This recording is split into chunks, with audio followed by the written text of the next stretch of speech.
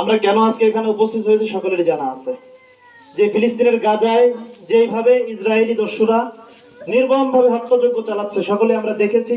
বিশেষ করে নেটে যারা নেট ইউজ করি, ফেসবুকে দেখি যে নির্মম অত্যাচার, জুলুম, অবিচার, হত্যাকাণ্ড চালানো হচ্ছে, এগুলো আসলে মানা যায় না, কলিজায় রক্তক্ষরণ হয়।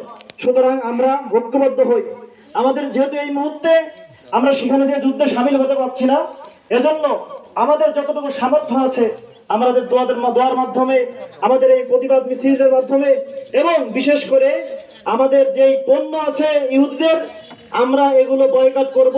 আমি নিজে ব্যবহার করব না, যে কথা হুজুর বলে গেলেন, এবং আমার আত্মীয় স্বজন, আমার পাড়াপড়শি, আমার এলাকাবাসী যারাই আছে তাদেরকেও আমরা এটা ব্যবহার করতে দিব না, তাদেরকে বুঝায় বলবো। এবং যারা দোকানদার আছে, যারা ব্যবসা বাণিজ্য করে, তাদেরকে উদ্দেশ্য করে বলতে চাই যে এই সকল পণ্যগুলো দোকান থেকে বের করে দেন, না হলে আমরা কিন্তু পণ্যের সাথে সাথে ওই যেই দোকানে পণ্যগুলো থাকবে ওই দোকানগুলোকেও বয়কট করে দিব।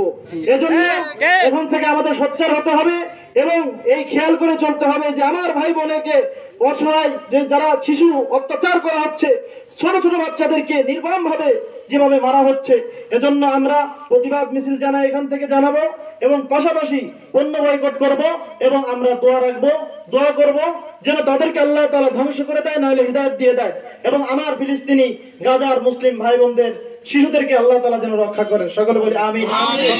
এখানে শেষ করছি।